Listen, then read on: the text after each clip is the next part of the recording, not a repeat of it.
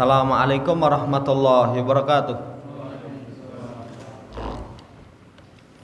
Innal hamdalillah nahmaduhu wa nasta'inuhu wa nastaghfiruh wa na'udzu billahi min sururi anfusina was sayyiati a'malina. May yahdihillahu fala mudilla lahu wa may yudlilhu fala hadiya lahu. Wa asyhadu an la ilaha illallah wahdahu la syarika lah. Wa asyhadu anna Muhammadan abduhu wa rasuluh. Allahumma salli ala Muhammad wa ala ali Muhammad. Ya ayyuhalladzina amanu taqullaha haqqa tuqatih wa la tamutunna illa wa antum muslimun. Ya ayyuhan nasu taqu rabbakumul ladzi khalaqakum min nafsin wahidah wa khalaqa minha zawjaha wa batha minhuma rijalan katsiran wa nisaa'a wa taqullaha alladzi tasaaluna bihi wal arham innallaha kana 'alaikum raqiba. Ya ayyuhalladzina amanu taqullaha wa qulu qawlan sadida yuslih lakum a'malakum wa yaghfir lakum dhunubakum wa may yuti'illaha wa rasulahu faqad faza fawzan 'azima. Amma ba'd, fa inna ashdaqal hadits kitabullah wa khairal hadi hadi Muhammadin sallallahu alaihi wasallam wa syarrul umuri muhdatsatuha fa inna kulla muhdatsatin bid'ah wa kulla bid'atin dhalalah wa kulla dhalalatin finnar. Ma'asyiral muslimin rahimani wa rahimakumullah, kita lanjutkan pembacaan kita dari risalah Nahwa Akhlaqis Salaf, masuk dalam bab baru di halaman Salisah wa Salasun Ba'dal Mi'ah 133. Al-anbiya usabaru, para nabi mereka itu bersabar. Jadi keteladanan kesabaran itu diantaranya adalah para nabi. Anil kitab wa sunnah bifadilati sabr. Al-Quran dan Sunnah itu perhatian terhadap keutamaan sabar. Wa hirsan ala taujihil mu'minin li tahalli bihi. Kemudian semangat mengarahkan orang-orang yang beriman untuk berhias dengan kesabaran. Wa mumarasatuhu khuluqan wa sulukan. Kemudian Al-Quran dan Sunnah itu juga membiasakan supaya sabar itu menjadi akhlak, menjadi jalan hidup.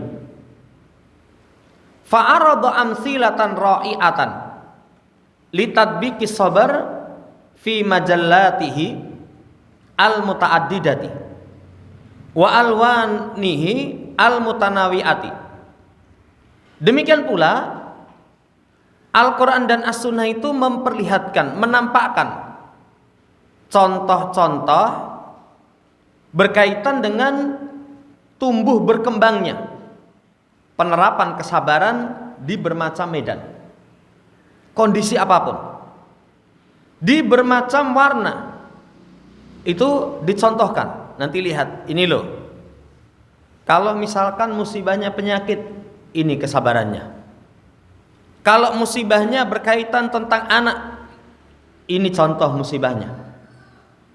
Itu Quran, saudara yang saya hormati, menjelaskan utamanya sabar, menyemangati untuk bersabar, membiasakan supaya sabar itu menjadi akhlak, menjadi jalan hidup. Kemudian dikasih contohnya. Kemudian di antara contoh kesabaran itu adalah kisah Nabi Allah Ayub alaihi salatu wassalam. Terkenal kesabaran Nabi Allah Ayub alaihi salam. Nabi Allah Ayub itu dahulu seorang yang tampan, rupawan, memiliki harta yang melimpah, memiliki keluarga yang baik. Allah Subhanahu wa taala uji dengan ujian yang berat. Kasih penyakit. Sampai hartanya habis. Kemudian wajahnya yang rupawan itu menjadikan orang jijik. Diceritakan penyakitnya itu nanti gatal. Seluruh tubuhnya itu gatal. Sampai daging-dagingnya itu berjatuhan, tinggal kulit sama tulang. Tadinya rupawan wajahnya. Kemudian semua keluarganya meninggalkan. Itu nanti akan diterangkan, cuma tinggal istri sama 2 saudaranya laki-laki. Ujian berat ini. Saudara yang saya hormati, lihat kisah beliau. Laqad qarana ismu Ayyub alaihissalam bisabr. Sungguh telah digandengkan nama Ayub alaihissalam itu dengan kesabaran. Jadi kalau kisah Ayub, oh sabar. Kalau mendengar kisahnya Ayub berarti sabar. Kullama dzakara ahadahuma dzakaral akhar. Kalau disebut salah satu dari keduanya, disebut yang lain. Ayub sabar. Sabar Ayub. Itu saking istimewanya beliau. Wa asbaha ismuhu madrabal amsal. Sampai nama beliau itu dibikin contoh permisalan. Sampai orang itu kalau orang awam yang faham, sabar ya mas, sabaru Ayub. Sebagaimana kesabaran Nabi Ayub. Dia disebutkan kesabaran Nabi Ibrahim, dia disebutkan kesabaran Nabi Yusuf. Saking beratnya ujian Nabiullah Ayub sampai itu menjadi kebiasaan dalam lisan. Sabaru Ayub. Jamaah hormati, wa kana sabru alaihi salatu wassalam ala ma asabahu min durrin fi badanihi wa faqti alihi. Kesabaran Ayub itu atas apa yang menimpa dirinya berupa kemudaratan dalam badan. Tadi kita sampaikan tadinya fisiknya tampan, rupawan, kasih penyakit. Dan nanti diterangkan penyakitnya itu enggak lama, 18 tahun. 18 tahun ya. Kalau 18 hari tinggal ngitung saja. Wis untuk 14, 15, 16 ndang rampung. 18 tahun nih. Ini berat. Demikian pula kehilangan keluarga. Kalau sudah sakit, nggak kunjung sembuh, keluarga nggak ada, patah semangat. Kesabaran Ayub ini alaihissalam luar biasa. Kata Allah wa Ayyuba, idnada rabbahu anni masaniyad durru wa anta arhamur rahimin. Dan Ayub, lihatlah ketika dia bermunajat kepada Tuhannya, sesungguhnya aku telah menimpaku madarat, engkau maha belas kasih, arhamur rahimin. Fastajabna lahu fakashafna ma bihi min durrin wa atainahu ahlahu wa mislahum ma'ahum rahmatan min indina wa dzikra lil abidin. Kami kabulkan apa yang diminta oleh Ayub. Kami singkap madarat yang menimpa dirinya, sembuh seketika.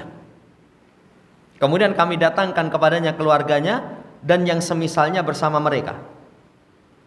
Sebagai rahmat dari sisi kami, sebagai peringatan bagi orang yang beribadah kepada Allah Subhanahu wa taala. Ayat ini, saudara yang saya hormati, pertama kisah tentang Ayub mendapatkan musibah. Musibahnya berat. Penyakit, yang penyakit itu menguras harta, menghilangkan keluarga. Kan kalau orang sakit begitu. Kadang kaya raya. Pernah itu ada seseorang sakit parah itu. Wah, niki wis ngentekke kendaraan, ngentekke sawah, ngentekke omah. Belum sembuh. Ayub tertimpa musibah seperti itu. Pelajaran kedua, perhatikan beliau kuat harapannya kepada Allah Subhanahu wa taala. Doanya coba dilihat simpel sekali. Dengan mengatakan, anni masaniya dzurru wa anta arhamur rahimin. Bukan ya Allah sembuhkanlah, bukan ya Allah hilangkan musibah ini, angkat musibah ini. Tapi lihat bahasanya, ya Allah telah menimpaku madarat, kamu zat yang maha belas kasih. Kamu zat yang maha belas kasih. Pelajaran kedua, kalau seseorang tertimpa sesuatu, harapkan diberikan jalan keluar itu kepada Allah Subhanahu wa ta'ala. Kemudian yang ketiga, apa yang dia minta itu Allah kabulkan, dan Allah sangat maha mampu untuk menyingkap madarat. Diterangkan itu, nanti akan ada kisahnya. Setelah sembuh itu kembali menjadi tampan. Istrinya ketika mendekat itu gak kenal. Lawang tadinya sakit gatal seluruh tubuh. Kemudian diceritakan sampai daging-dagingnya itu habis, tinggal kulit dan tulang. Tiba-tiba sembuh. Lalu si istri itu mendekat, nanti akan dikisahkan, tanya, mana seorang nabi yang sedang tertimpa penyakit itu? Ayub, ya aku ini. Allah Maha Kuasa mengembalikan. Kemudian keluarga dan yang semisal bersamanya, itu Allah Maha Kuasa untuk mengembalikan. Kemudian dalam ayat yang lain, wadhkur abdana Ayub idnada rabbahu anni masaniya syaitan binusbin wa adab. Dan ingatlah hamba kami. Allah puji Ayub sebagai hamba Allah. Berarti menunjukkan tingginya kedudukan karena kesabaran yang dimiliki.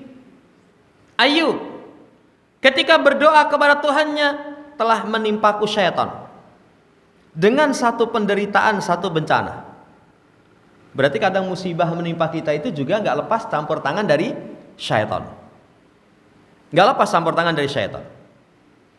Kemudian kata Allah, urkud birijlika hadza muktasalun baridun wasyarab.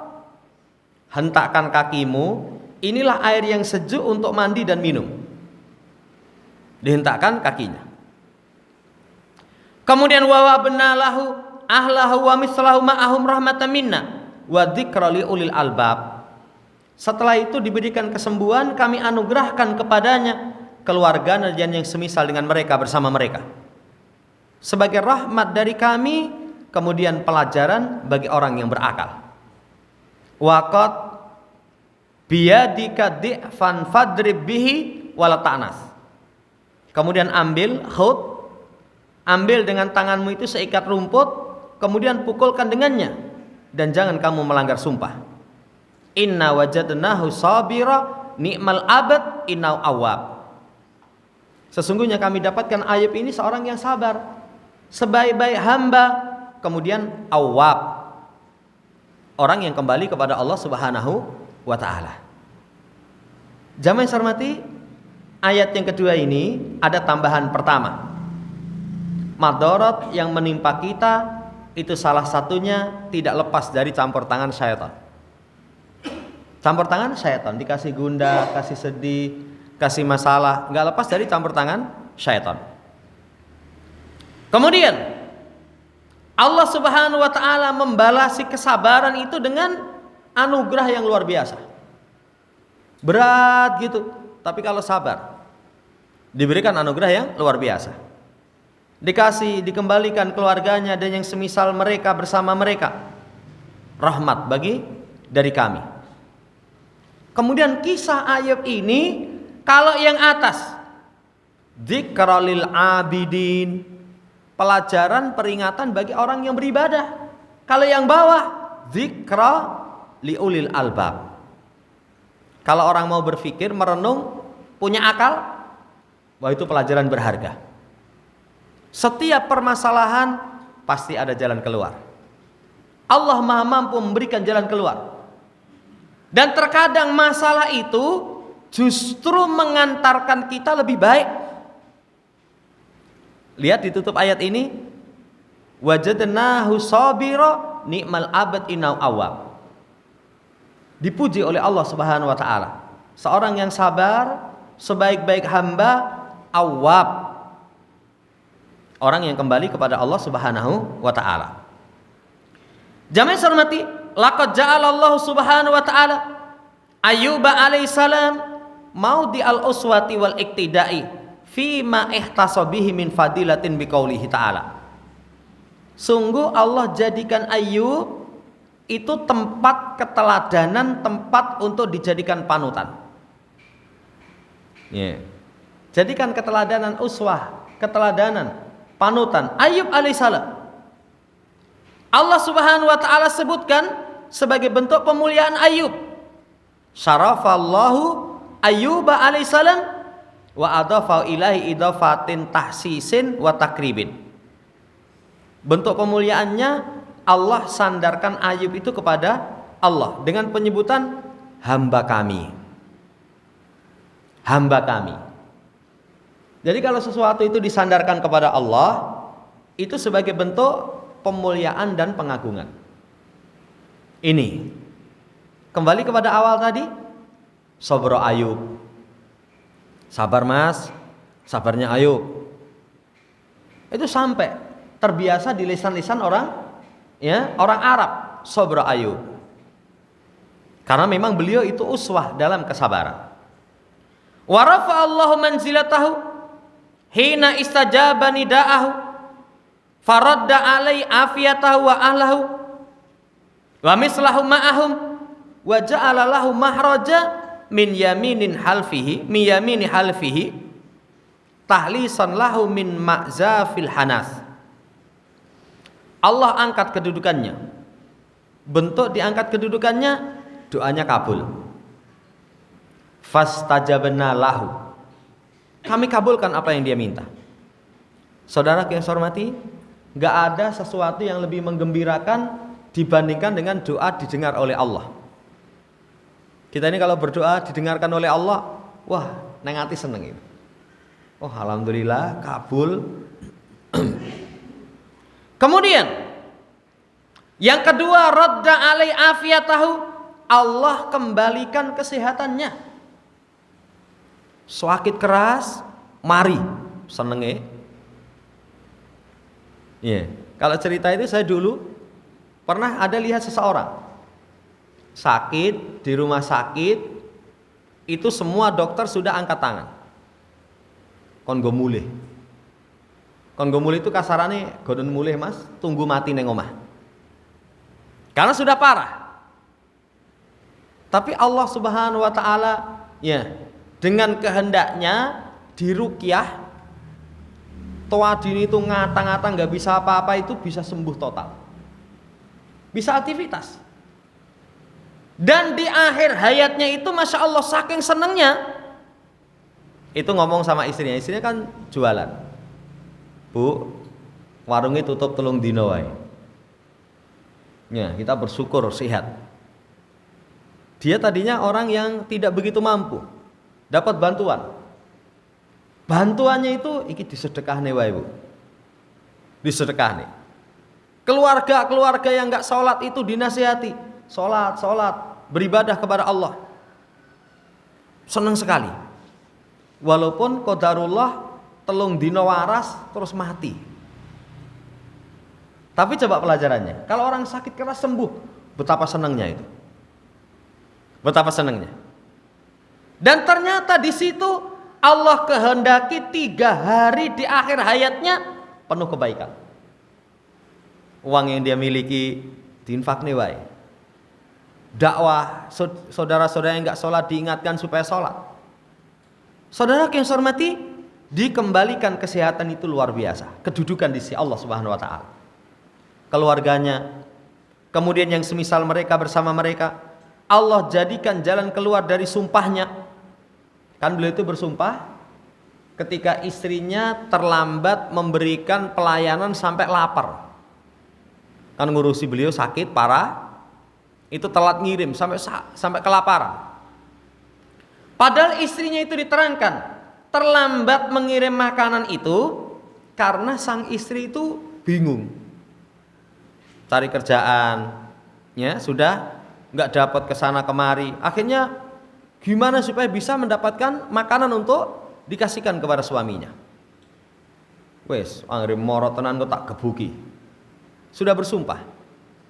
Akhirnya Allah Subhanahu wa taala berikan jalan keluar ya sebagai bentuk dari ya sumpahnya itu supaya dia ambil dengan tangannya itu seikat rumput dipukulkan dengannya. Dipukulkan dengannya. Jangan kau langgar sumpah. Dikasih jalan keluar.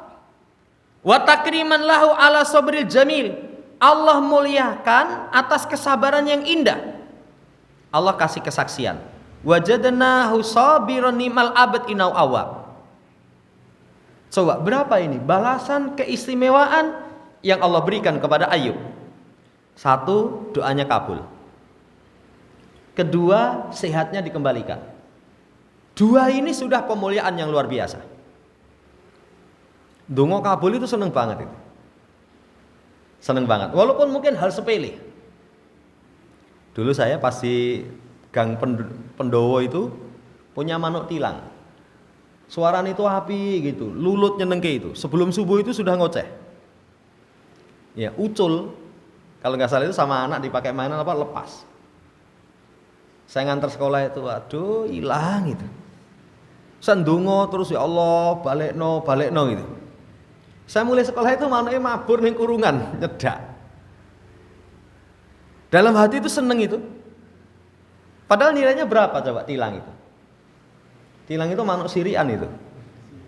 Ya, dulu ada di mana itu tetangganya punya manuk bagus, sampingnya pelihara tilang, dituku, dibelah ning ngarepe. Ya, karena dianggap wah ini ngerusak suara gitu loh. Sesuatu yang nurut kita ringan, kalau kita meminta kepada Allah dikasih, seneng itu. Apalagi dikasih musibah yang berat, kabul doanya, kembalikan kesehatan, keluarga yang semisal bersama mereka. Kelima, diberikan jalan keluar dari masalah sumpah. Yang keenam, dimuliakan dengan pujian wajadnahu sabiran ni'mal abad inau awam. Luar biasa. Kalau orang mau sabar, Nabiullah Ayub kasih balasan 5 atau 6 itu. Tadi kita sampaikan satu saja wis seneng. Apa meneh 6 ini. Waqad qassa alaina Rasulullah sallallahu tarfan min sabri faqala. Sungguh Rasul telah mengkisahkan kepada kita dari sebagian kesabaran Nabiullah Ayub. Apa kata beliau? Inna Nabiyallah Ayub labitha bi bala'uhu thamaniya asrata sanatan farafadahul qaribu wal ba'idu illa rajulaini min ihwanihi kana yakduani alaihi wa yarauhani. Kata Rasul SAW, sesungguhnya Ayub itu tinggal mendapatkan musibah 18 tahun. 18 tahun nih. Loro 18 tahun, berat itu. Kalau sugih 18 tahun, apa-apa lah. Nah, ini kasih penyakit 18 tahun ini. Saking lamanya ini kerabat yang dekat maupun yang jauh semua meninggalkan. Kecuali 2 orang dari saudaranya. 2 orang itu pagi, sore datang, ngirim makanan, ngopeni. Cuman 2 orang ini. Kemudian waqat ahaduhuma li sahibihi data yaumin ta'lam wallahi laqad adnaba Ayyub dan ban ma adnabahu ahadun minal alamin. Salah satu dari keduanya ini berkata kepada temannya satu hari, tahu kamu, demi Allah Ayub ini sungguh telah melakukan dosa yang dosa ini tidak dilakukan oleh seorang pun di alam semesta. Kok musibahnya sampai 18 tahun itu. Di situ ada pelajaran, musibah yang menimpa kita itu salah satunya sumbernya maksiat. Makanya sering kita angkat, kalau kita ada orang sakit doanya laba satahurun insyaallah. Enggak apa-apa. Semoga sakitmu ini membersihkan dosa-dosamu. Jika Allah berkehendak. Itu sering kita sampaikan. Apa faedah pertama? Kalau jeng orang sakit kasih hiburan. Mungkin lorongmu parah, ora rapopo. Ya rapopo, wah lorong ngono kuwi biasanya bablas itu. Enggak. Ya, dikasih hiburan. Yang kedua, diingatkan penyakit itu sumbernya dosa. Ini kasak kusuk antara 2 saudaranya itu. Kemudian wa qala lahu sahibuhu wa madaka. Lalu temannya itu menjawab, lah dosanya itu apa? Mundu thamani asrata sanatam lam yarhamhullahu fayakshifu ma bihi. Semenjak 18 tahun Allah tidak merahmatinya. Kemudian Allah hilangkan apa yang menimpa dirinya. Berarti dosa itu luar biasa, 18 tahun kok. Iya. Fala marraha ila Ayub lam yasbir rajulu hatta dzakara dzalika lahu. Nah, ketika satu pagi atau satu sore itu dia datang ke tempatnya Ayub, saudaranya ini enggak sabar untuk menyebutkan. Dengan mengatakan, "Kowe itu kok sampai sakit 18 tahun itu dosamu apa?" Maka Ayub menjawab, "La adri, ma takulani." Saya tidak tahu apa yang kalian berdoa ucapkan. Saya juga nggak paham salah saya itu apa. Iya. Cuman anallaha ya'lamu anni kuntu amuru birrajulaini yatazi'ani. Cuman Allah Subhanahu wa taala mengetahui dahulu aku itu lewati dua orang yang saling cekcok. Dua orang cekcok. Lalu keduanya itu menyebutkan nama Allah Subhanahu wa taala. Cekcok menyebutkan nama Allah Subhanahu wa taala. Aku kembali ke rumahku, kemudian akfuru anhuma karahiyatan ayadzkurullaha ila fil haq. Lalu aku pun itu berusaha untuk mengingkari. Karena saya nggak suka kalau dia sebutkan nama Allah Subhanahu wa taala kecuali dalam perkara yang benar. Lah padu kok atas nama Allah misalkan. Beliau nggak suka kecuali dalam perkara yang benar disebutkan nama Allah Subhanahu wa taala. Biasa kan? Coba, tidak dikatakan sebagai dosa yang besar, tapi memang Allah berkehendak mengangkat derajat. Maka dari situ pelajarannya, kalau ada orang tertimpa musibah, jangan suudon sih. Apa meneh karo koncone. Kenapa sedih? Bojoku. Besok lagi kenapa sedih? Anakku. Kenapa sedih? Pitikku. Kok setiap hari ketemu dengan teman seperti itu mendapatkan musibah, jangan suudon. Kok iki kakean dosa itu. Jangan seperti itu. Ayub alaihissalam coba kisahnya. Cuman segitu. Tapi Allah Subhanahu wa taala berkehendak mengangkat derajat beliau. Ya. Walaupun bisa saja kalau ada orang mendapatkan musibah sebab kemaksiatan, tapi jangan disuudoni dulu. Kakean dosa kowe. Belum tentu. Justru kadang musibah itu mengangkat derajat. Cuman kalau kita sebagai pribadi jangan husnudon dulu. Uripku rekoso ngene iki apa arep diangkat derajate. Harusnya kalau kita pribadi, ya Allah, maksiatku iki akeh men itu. Ini dosa saya. Punya anak nakal, aku pembien maneni wong tua gitu. Iya. Jamaah hormati, demikian. Kemudian wa kana yahruju ila hajati fa idza qada hajatahu amsakatu imra'atu hatta yablugha. Kemudian ketika keluar memenuhi hajatnya, setelah selesai maka istrinya menahannya ketika sampai. Fala maka nadata yaumin abata 'alaiha. Kemudian satu hari terlambat. Kemudian diwahyukan kepada Ayub, jadi saudaranya atau istrinya ini satu hari itu terlambat untuk memberikan pelayanan. Mungkin ngirimnya telat. Letakkan telat ini sudah berat ya, lapar, berat. Allah perintahkan jejakkan kakimu. Ini tempat untuk mandi, dingin, untuk minum. Akhirnya diberikan kesembuhan. Fastabta'athu. Kemudian istrinya itu datang dengan pelan-pelan, kemudian menjumpai Nabiullah Ayub yang ketika itu sudah berubah sembuh. Kemudian setelah melihat menghadap kepada Ayub ini sudah Allah hilangkan berupa bala.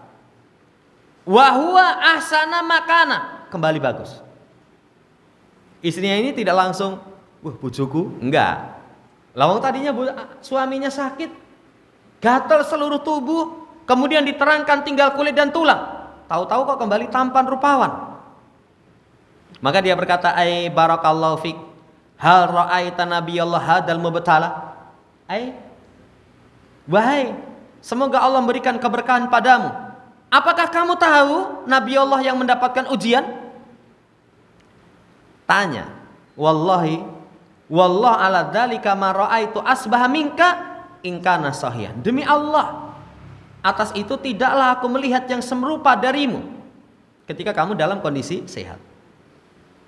Lalu Ayub mengatakan, fa ini ana huwa, lah ini aku. Lah ini aku. Ucapan istrinya ini ada pelajaran. Apa pelajarannya? Salah satunya membiasakan mendoakan barokah. Ai barakallahu fik. Ya, coba dibiasakan nggak apa-apa. Ketemu temannya gimana? Sehat, alhamdulillah. Barakallah. Ya, barakallahu fik. Ini istrinya. Saudara yang saya hormati, demikian. Kemudian pula, wa kana law andarani, baidarani. Andara lil qamhi wa andara li syair. Ayub ini juga memiliki dua tumpukan untuk menumbuk biji-bijian. Apa mungkin kalau sekarang itu lumpang mungkin? Lumpang atau apa ya? Pokoknya ada tempat untuk menumbuk. Satunya gandum, satunya syair. Syair itu sebenarnya juga gandum, jawawut. Ya, tahu jawawut? Gue pakan manuk itu. Gue pakan burung. Tapi kalau dimasak itu enak. Dulu di Tangmangu itu ada yang nanam, itu dimasak itu kayak ketan itu, jawawut. Fabasallahu sahabataini, lalu Allah kirim dua awan. Kemudian ketika awan itu salah satunya ditumpahkan pada tempat tumpukan gandum, kemudian tiba-tiba tempat tumpukan gandum itu berisi emas sampai penuh. Adapun satunya lagi tempat tumbukan syair, jawawut atau apa itu, diisi penuh dengan perak. Allah Subhanahu wa taala kembalikan hartanya. Wes sehat, kembali rupawan, keluarganya kembali berkumpul, tambah meneh tempat tumbukannya diisi dengan emas, satunya diisi dengan perak. Lumpang itu kalau cilik itu diisi emas itu sudah piro itu regane itu. Ya, kalau lumpang kan paling, kalau ibu dulu itu punya paling segini nih. Tingginya paling segini. Dalamnya. Ya. Nah itu diisi emas. Jangankan segitu, segelas ini isi emas saja. Ya, wah untuk emas sak gelas. Wah, langsung. Izin Mas Agus. Mas izin. Ya, cuti rong sasi. Nah ini tempat tumbukan diisi dengan emas, masya Allah. Ini salah satu yang dikisahkan dalam hadis yang sahih. Setelah itu beliau mengkisahkan, sungguh Israiliyat itu membawakan kisah-kisah, riwayat-riwayat yang lemah, penghabaran yang semua tidak sahih seputar kesabaran Ayub. Ini hati-hati nanti kalau mau. Ada kisah-kisah yang kisahnya itu macam-macam. Ya. Ini jangan diambil, makanya nanti kalau membaca kisah itu cukup ambil yang sahih. Yang sahih saja sudah cukup. Ahlus sunnah itu ciri khususnya menjaga kesahihan pendalilan. Beda dengan orang sufi. Kalau orang sufi itu ceritanya ngelantur itu, dongeng itu. Pernah katanya Rasulullah SAW itu berkunjung ke negeri wali. Ya, di sana itu ternyata rano kabeh, bukan Rasul, jadi ada yang lain itu. Berkunjung ke negerinya wali, teko kono itu ruwe wali rano kabeh nanti keliling ning tanah Jawa katanya. Wah, wis critane bangsa ora cetha-cetha itu loh. Membawakan hadis yang tidak asli. Sing senengi ngopi katanya kalau di perutnya ada kopi, di tenggorokannya ada kopi, enggak akan mendapatkan adab. Sakepenake dhewe. Kembalinya sufi, kuburiyun, syiah. Wis telu itu. Agama itu kalau enggak dongeng, kuburan, kalau enggak kuburan ya wis kayak gitu. Walakin ajabi layan qadimin ba'dil mufassirin alladziina awradu tilkal qasas wal hikayat ghairal musannadati duna ta'liqin aw tahqiqin. Fasabrun jamil wallahul musta'an wa alit tuklan. Tapi yang menjadikanku takjub, kata penulis, heran, tidak berhenti. Sebagian ahli tafsir itu membawakan kisah-kisah, hikayat-hikayat tanpa ada sandaran, tidak dikasih catatan. Maka kesabaran yang indah, sabar. Kalau Asy-Syaikh Muhammad Al-Albani, beliau menasihatkan taswiyah wa tarbiyah. Kisah-kisah yang seperti itu dibersihkan. Ya, Allah tempat untuk bersandar. Wala Allah azza wa jalla yaisara li hadi tafasiri man yakumu ala tasfiyatiha min hadatahan. Moga saja Allah itu menjalankan, ya, atau memberikan kemampuan kepada orang-orang untuk memurnikan kisah-kisah itu dari kitab tafsir. Dari, ya, kok asap-asap yang hitam, sesuatu yang tidak sahih. Wallahu ta'ala alam. Ini dulu yang bisa kita baca, satu kisah Ayub. Insya Allah di pertemuan seterusnya nanti masuk dalam kisah Nabiullah Yakub alaihissalam. Ya. Dan ini kemarin kita singgung sedikit, kisah Yakub itu jangan dianggap remeh. Kelangan anaknya akeh. Karena kalau orang awam, anaknya piro 15, mati loro. Tapi ternyata berat, kehilangan anak Yusuf sama Bunyamin. Itu luar biasa. Ujian yang berat. Ya, wallahu ta'ala alam, insyaallah nanti kita akan baca. Demikian. Sebelum ditutup, barangkali ada yang tanyakan, kalau bisa kita jawab.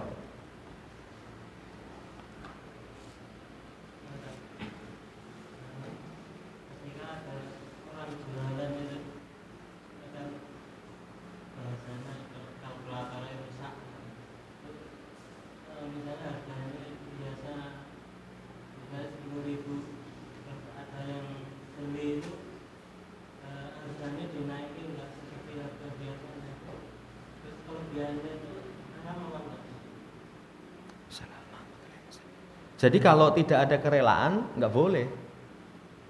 Misalkan jual beli itu salah satunya kan harus saling ridho. Harga standar 10.000. Orang mau beli itu perkiraannya juga 10.000. Tapi begitu pembayaran, lah kok ternyata 12.000. Penjualnya itu berarti dia mengambil 12.000, 2.000. Itu tidak dengan cara yang halal. Tapi berbeda kalau misalkan wingi 10.000 mas, saiki tuku 12.000 itu mau apa enggak? Enggak mau, ya sudah, cari yang lain, beli yang lain. Tapi kalau misalkan 12.000 ya enggak apa-apa, berarti enggak apa-apa. Wallahu ta'ala alam. Makanya menjadi pedagang yang jujur itu ada keutamaan. Tapi pedagang yang jujur itu memang berat. Saya itu berapa kali itu tuku buah. Saya kan kadang buah itu pomone jeruk itu sulit iso milih sing apik itu. Jadi kalau beli, waduh, luput itu. Tapi saya beberapa kali mang pilih kemawon. Kemarin tuh beli mangga itu berapa kali dipilih itu sing busem-busem itu loh. Jadi sing wis apa itu wis pokoknya sudah beberapa hari. Loh kok ora dipilih nih karo bakule mau sing apik-apik itu. Nah, ternyata bakule sing apik-apik ben keri daripada nanti ini bosok. Ternyata kalau nggak hati-hati seperti itu. Makanya kejujuran itu masya Allah. Kalau seorang pedagang jujur luar biasa. Wallahu ta'ala alam. Jadi kalau memang nggak ada kerelaan, berarti 2.000 selisih itu juga termasuk bagian dari hal yang tidak baik. Walaupun kadang sekarang itu sudah umum. Umpamanya model tulisan-tulisan hanya untuk memancing. Mangga apa sing paling enak itu? Ya. Bukan madu, mangga apalah, sing gede itu loh. Ya, ini sekilo 5.000 itu. Padahal umumnya sekilo 15.000. Wah, murah tenan nih. Begitu nyedak pun di mas yang 5.000 nih kok ten keranjang campuran bosok-bosok nih kok. Iya. Lah sing niki kalih dosa. Itu banyak itu. Tapi kalau misalkan mangga paling murah 3.000 misalkan, paling murah. Itu orang nggak tertipu, tapi cuma tulisannya mangga 5.000 per kilo. Aku ora ngapusi sing bosok-bosok panganan coba doyan apa ora kamu? Iya. Oh saya pernah kok. Lagi sing dipilih piye ini kayak gini ini. Sudah nggak layak. Jadi kejujuran dalam jual beli ini masya Allah. Walaupun kata-kata jujur dalam jual beli itu bukan maknanya, oh ya cerita kulamu piro mas. Ya siapa yang nyuruh ceritakan kulaan? Ya. Kalau namanya jual beli itu misalkan saya kulaan 1.000 tak jual 10.000. Orang mau ya silahkan. Ya, silahkan. Kecuali kalau merusak harga pasar. Itu nanti ada pembahasan.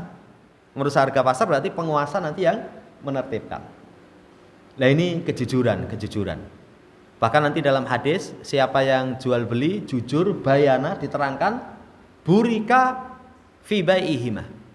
Burika lau fi bai'ihima. Maka jual belinya itu akan Allah berikan keberkahan. Allah Ta'ala alam. Ya, banyak kok jual beli yang kadang itu ini enggak jelas. Termasuk makan sepuasnya, membayar seikhlasnya. Itu jadi fikih. Ini mau sedekah atau mau jual beli? Kalau jual beli kan harganya jelas. Bisa ikhlas Mas mangan sak wareke ning bareng ngeduk rada akeh no. Wis mumpung. Nah, itu namanya kan enggak seikhlasnya. Ya seikhlasnya. Jadi kalau memang jual beli ya yang jelas ada kejujuran. Allah Ta'ala alam. Cukup?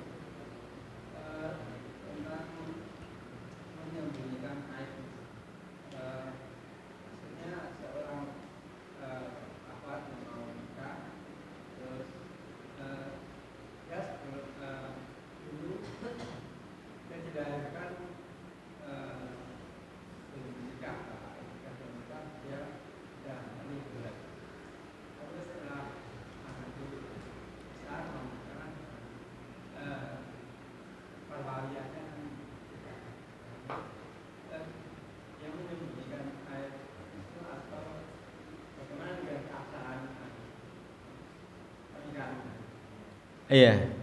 Jadi kalau misalkan anak lahir di luar pernikahan yang sah, perempuan, itu yang menghamili tidak bisa menjadi wali. Walinya menjadi wali hakim. Kalau misalkan pernikahannya dinikahkan oleh wali hakim, sah pernikahannya. Pernikahannya tetap sah. Lalu kalau aibnya itu misalkan bagaimana itu dibongkar apa enggak? Kaidahnya kalau seorang melakukan kemaksiatan itu ditutupi. Melakukan kemaksiatan itu ditutupi. Ya. Kalau misalkan orang menekan, berarti dia enggak paham kaidah. Kalau ada sesuatu yang aib untuk saudaranya, ya jangan dipaksa-paksa. Kowe ndenge ra iso ngijabne anakmu ki piye? Apa mbiyen titip benih di janinnya dulu. Ya. Jangan dipaksa ya sudah.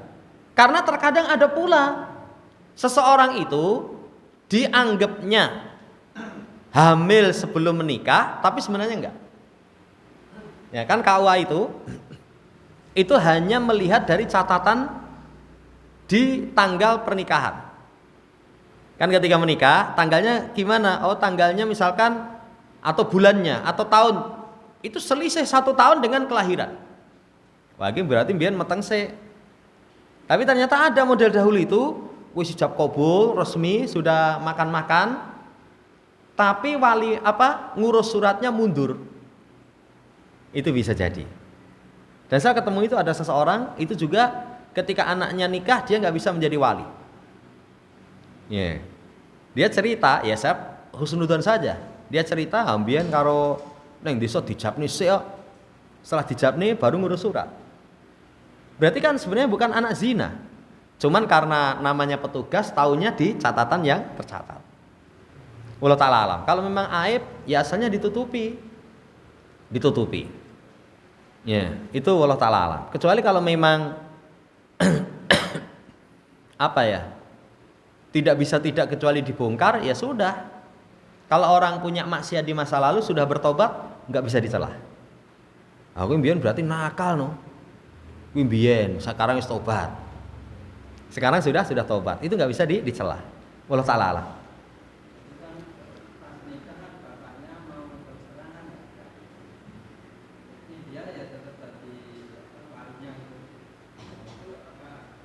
Ya nggak sah. Kalau dia menjadi wali nggak sah. Tetap walinya wali hakim. Ya. Makanya kalau seseorang itu jujur itu membawa kebaikan. Ya sudah sampaikan aja ke wali hakim. ke wali hakim. Kalau enggak misalkan bapaknya sudah mengijabkan, ya sudah langsung wakilkan aja ke wali hakim. Itu lebih selamat. Wallahu taala. Ya, itulah. Jadi zina itu nikmatnya sak kelenteng tapi permasalahannya nanti panjang.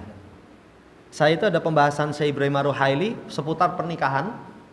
Termasuk beliau sebutkan pernikahan terlarang itu pernikahan tidak ngurus surat. Itu masuk beliau dilarang. Kerusakannya apa? Salah satunya itu tadi. Nanti warisan nggak beda. Beliau sampaikan masalah pendidikan anak. Kalau mungkin di tempat beliau, mungkin pendidikan anak harus dinisbatkan menjadi anak yang resmi, anak dari pernikahan yang sah. Itu sampai seperti itu beliau sebutkan kerusakan. Makanya beliau nggak suka kalau ada misalkan seseorang menikah tapi tidak ngurus surat. Nah itu sekarang modelnya gampang itu, karena penak. Ya ketemu sama ada orang kalau hanya memperturutkan hawa nafsu, bojomu piro? Siji, nikahnya ping piro? Ping 7. Jadi nikah, cerai, nikah lagi, cerai, nikah lagi, cerai, nikah lagi, cerai. Istrinya cuma satu, tapi gonta-ganti pasangan terus. Dan dulu saya pernah ditelepon, nyeksa ini, saya mau nikah, saya nggak mau. Apa meneh? Ijabno apa anakku? Bukan anak saya, bukan apa-apa, suruh ngijab. Saya suruh nyeksa ini, nggak mau. Saya lihat, modelnya dia seperti itu. Ya, itu kata Syekh Ibrahim Ar-Ruhaili termasuk pernikahan yang terlarang. Dampaknya nanti wanitanya juga nggak punya kekuatan yang kuat berkaitan dari sisi hukum. Sudah nggak cocok, pisah. Tapi coba kalau ada suratnya, statusnya nanti kamu suami saya kok. Apalagi nanti waris. Kan kalau cerai itu ada harta bersama, gono gini, gimana ngurusnya? Ya, Allah Ta'ala alam. Demikian. Kalau orang tuanya itu tidak sholat tapi dulu pernah sholat, itu menikahkan apakah itu sah? Itu kembalinya tentang hukum orang yang tidak sholat itu. Kalau tidak sholat itu terus menerus, ulama menghukumi dia kafir, berarti nggak sah menjadi wali. Makanya berat. Jadi dari semua amalan itu paling berat sholat. Kalau zakat, orang kaya nggak mau zakat, para ulama selama masih meyakini kewajiban zakat nggak murtad. Tapi kalau sholat berat. Ya, ini berkaitan tentang sholat. Ya kalau nggak sholat, paling amannya ke wali hakim aja. Kalau nggak misalkan dilimpahkan kepada yang lain, yang lain. Wallahu ta'ala alam. Itu kembalinya kepada hukum tidak sholat. Kalau tidak sholat itu dianggap tidak murtad karena masih meyakini kewajiban, ya sah. Jadi itu kaitannya dengan hukum meninggalkan sholat. Wallahu ta'ala alam. Demikian, kurang dan lebihnya mohon dimaafkan. Subhanakallahumma rabbana bihamdika, asyhadu an la ilaha illa anta, astaghfiruka wa atubu ilaik. Assalamualaikum warahmatullahi wabarakatuh.